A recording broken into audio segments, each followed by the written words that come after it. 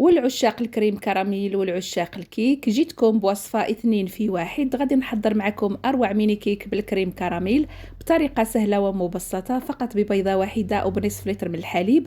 غادي نحضروا أروع ميني كيك ينفع للضيافة وكذلك في الأيام العادية. لهاد الوصفة غادي نحتاجو عندي كاس قل 4 ديال السكر حبيبات، كنوضعوه في كاسرونه وكنزيد عليه 4 كاس ديال الماء. كنوضع الكاسرونه ديالي فوق النار على عافيه اللي هي مهيله حتى كيذوب السكر تماما وكيولي كراميل. كنصبو في القوالب اللي غادي نحضر فيهم الميني كيك.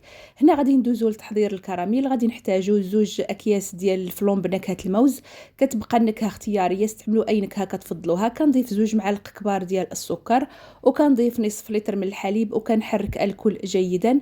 كنوضع الكاسرونه ديالي فوق النار حتى كيوصل الخليط للغليان، ثم كنصب الخليط ديال الفلون في هذه القوالب الى النصف هكذا حتى كنسالي الكميه اللي عندي. من بعد غادي ندوز باش غادي نحضر معكم العجينه ديال الكيك اللي غادي نحتاجو فيها للمقادير التاليه. عندي بيضه بحجم كبير بحراره المطبخ، كنضيف عليها 3 المعالق كبار ديال السكر وبشر حامضه محكوكه او سكر فانيلا. كنخلط الكل جيدا، ثم كنضيف 5 المعالق كبار ديال الزيت مع الاستمرار في الخلط حتى كيدخل الزيت مع خليط البيض والسكر.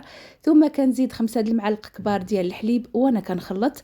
من بعد غادي نضيف البودره ديال الكاكاو، عندي معلقه كبيره نوعيه جيده.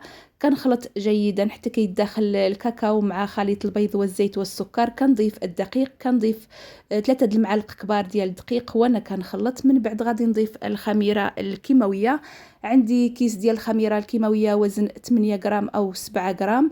نضيف الملعقه الاخيره ديال الدقيق، بالتالي كنكون استعملت في المجموع 4 المعالق ديال الدقيق زائد معلقه كبيره ديال البودره ديال الكاكاو.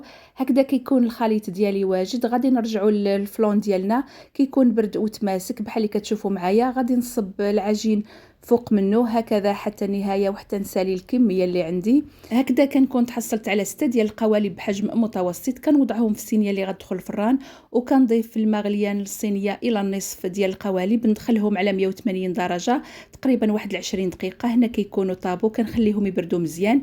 وهنا بالنسبه للتقديم كنوضعهم واحد الدقيقه في الماء غليان باش هكا الكراميل كيذوب وكيزولوا بكل سهوله. وباش نزيد نضمن الميني كيك ديالي يزول بكل سهوله من القالب، كنستعن بهذا السكين. كندوزو ما بين الكيك وما بين القالب وكناخد طبق ديال التقديم كنقلبو فيه بهذه الطريقه كيزول بكل سهوله. وصفه من اسهل واروع ما يكون. جربوها بطريقتي وعلى ضمانتي. ما تنسونيش من اللايكات ديالكم ومن البارطاج. ايضا ما تنساوش تشاركوني تجاربكم من خلال الحسابات ديالي في مواقع التواصل الاجتماعي كلها باسم كويزين نادوريا. شوفوا معايا الشكل ديالو كيجي من اروع ما يكون.